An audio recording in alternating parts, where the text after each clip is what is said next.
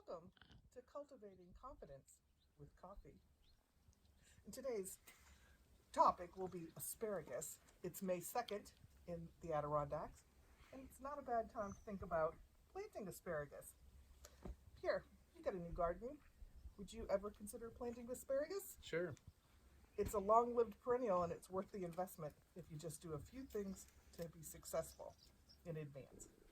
So, have you ever seen an asparagus root? Uh, just 5 minutes ago when you showed me the box.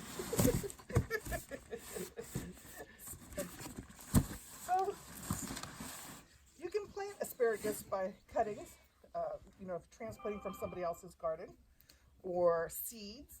But the most common way for home gardeners is to use roots.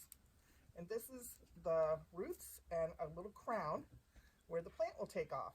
And you don't have to trim these roots or anything. You prepare your garden. If you take your time and prepare your soil and your garden bed and think about it, because this perennial could live 20 years, make sure the location is where you want it. It tolerates poor soils pretty much. You'll see it in ditches. It likes it does like a lot of organic matter. It can tolerate being dry. You'll see it in ditches because that water usually moves through. It doesn't like standing water though, so it doesn't like to be in a waterlogged location, but the sides of a ditch.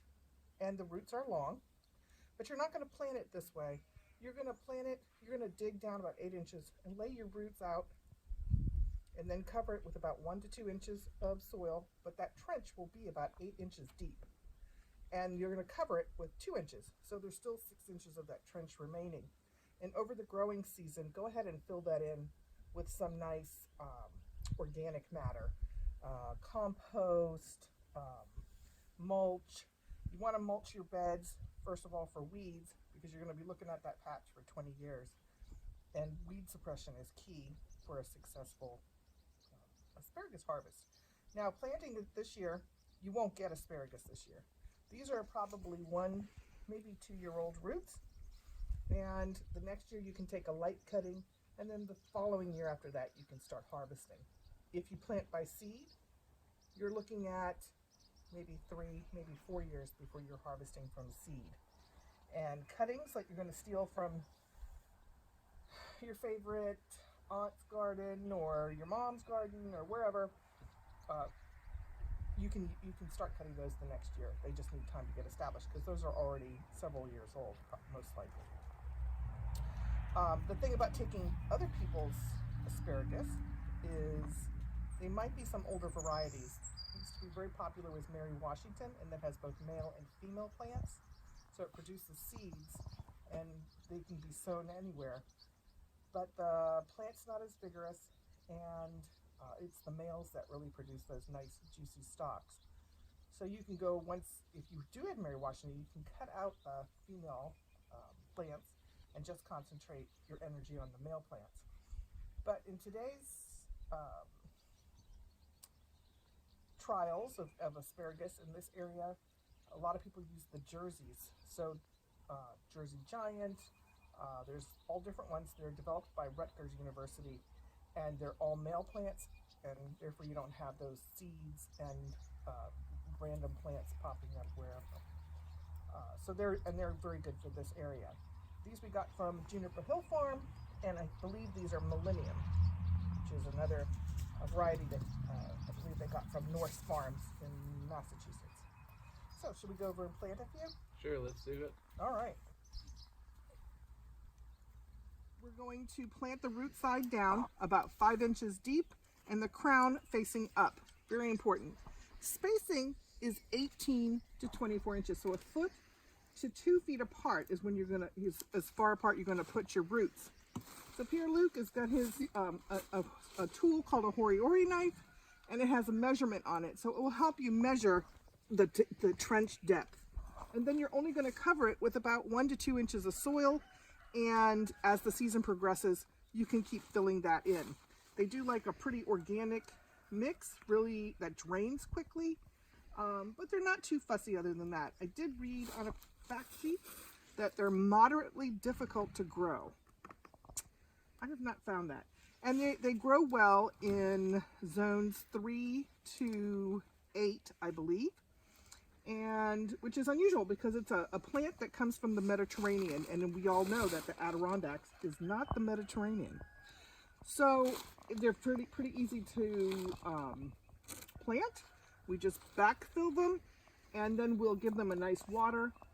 Pierre-Luc has got some nice plants out there already. He's going to lay some roots down. All right. So Yep.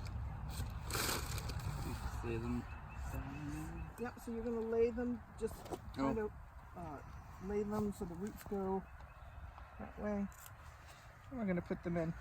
This box setup is actually a wooden frame, and because I try to reuse cardboard boxes and use cardboard to mulch with and to keep the weeds down, they've had soil in these since last year, and we're just planting them now. And then you want to cover them with about 2 inches of. Yep. So just. Yep.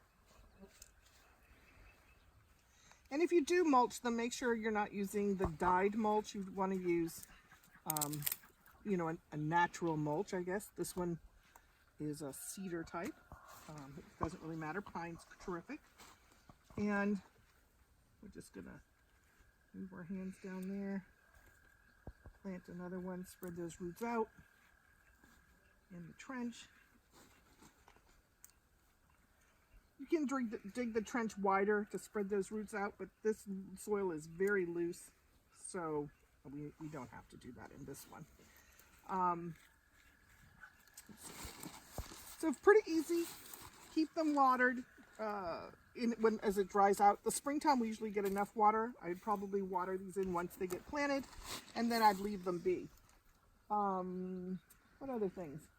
So when you're preparing your bed, you do want to make sure that it has, you know, deep enough soil, and you want to make sure that if you haven't grown anything in the soil before, I brought in soil, so I know what I was getting.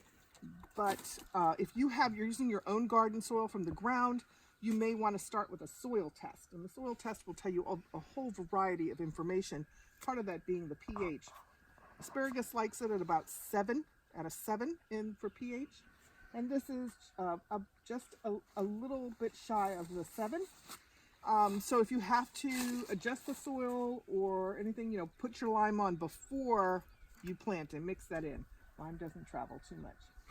But you don't know if you need any soil amendments until you have that soil test, and that's always great. So contact your local Cornell Cooperative Extension office for a soil test, and Master Gardener volunteer or the horticultural staff like myself will help you through that process.